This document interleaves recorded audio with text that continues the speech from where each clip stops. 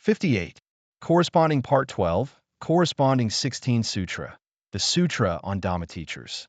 In Sravasti, a monk came to the place of the world-honored one, bowed to the world-honored one, and sat to one side. After sitting down, the monk said to the world-honored one, "Venerable Sir, people often say Dhamma teacher, Dhamma teacher. Venerable Sir, to what extent can one be called a Dhamma teacher?"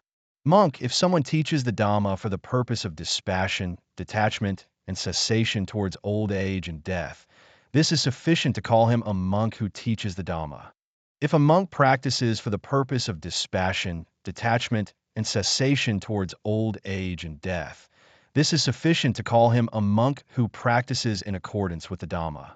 If a monk, through dispassion, detachment, and cessation towards old age and death, is liberated without clinging, this is sufficient to call him a monk who has attained nibbana in this very life.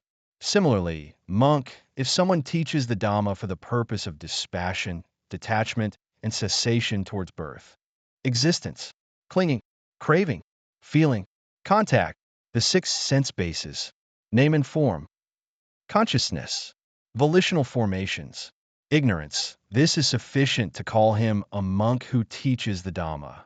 If a monk practices for the purpose of dispassion, detachment, and cessation towards ignorance, this is sufficient to call him a monk who practices in accordance with the Dhamma. If a monk, through dispassion, detachment, and cessation towards ignorance, is liberated without clinging, this is sufficient to call him a monk who has attained nibbana in this very life. Explanation. 1. This passage explains what it means to be a true Dhamma teacher, one who practices in accordance with the Dhamma, and one who has attained nibbana. 2.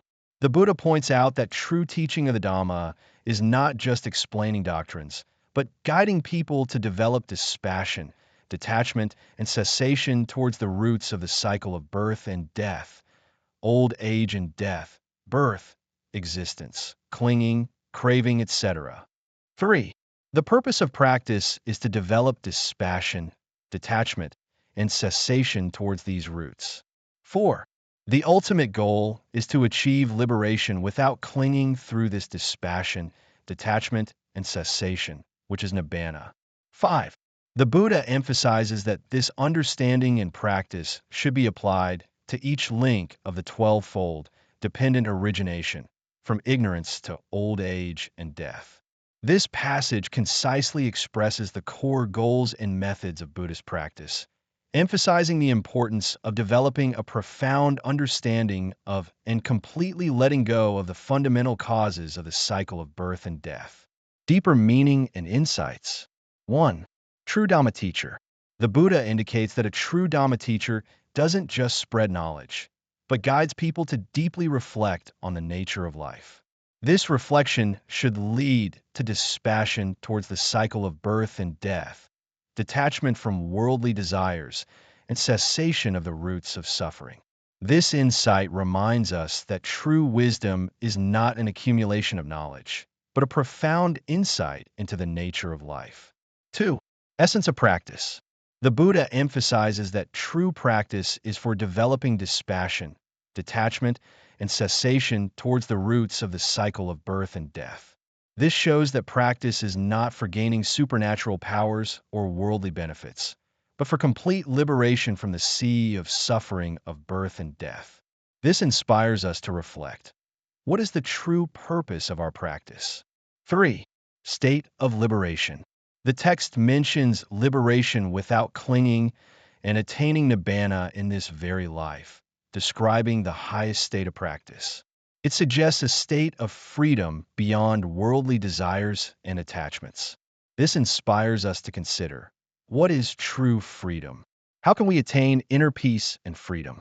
4. Importance of dependent origination. The Buddha applies this attitude of dispassion, detachment, and cessation to each link of the 12-fold dependent origination, from ignorance to old age and death. This emphasizes Buddhism's deep observation and understanding of the entire process of life. This insight reminds us that to truly understand life, we need to deeply observe and reflect on all aspects of life. 12-fold dependent origination. The 12-fold dependent origination is a core teaching in Buddhism, explaining in detail the process and causes of the cycle of rebirth. Here's a detailed explanation of the 12 links. 1. Ignorance. This refers to the lack of knowledge or misunderstanding of the Four Noble Truths, which is the root of all suffering. It includes incorrect perceptions of the nature of life, such as seeing the impermanent as permanent, suffering as happiness, and non-self as self. 2. Volitional formations. These refer to the intentional activities or mental formations caused by ignorance. These behaviors and thought patterns shape our karma. 3. Consciousness. This refers to the faculty of consciousness or cognitive ability. It's the bridge connecting the previous life and the current life, and is also the basic element constituting an individual. 4. Name and form. Name refers to mental phenomena, while form refers to material phenomena. This represents a complete psychophysical complex. 5. Sixth sense basis. This refers to the six senses: eye, ear, nose, tongue, body, mind, and their corresponding cognitive objects. This is the basis for an individual's contact with the external world. 6. Contact. This refers to the contact between the senses and external objects. This is the direct cause of feelings. 7. Feeling. This refers to the sensations produced by contact, which can be pleasant, unpleasant, or neutral. These feelings guide our behavioral responses. 8. Craving. This refers to the desire for and attachment to pleasant feelings. This is one of the main causes leading to suffering and rebirth. 9. Clinging. This refers to stronger attachment, including attachment to sensual desires, views, precepts and practices, and the self. This deepens our entanglement with the world. 10. Becoming. This refers to the state of existence or the process of becoming. This is the stage where a new form of life is preparing to form. 11. Birth. This refers to the birth of a new life. This marks the beginning of a new life cycle. 12. Aging and death. This refers to the process of aging and death.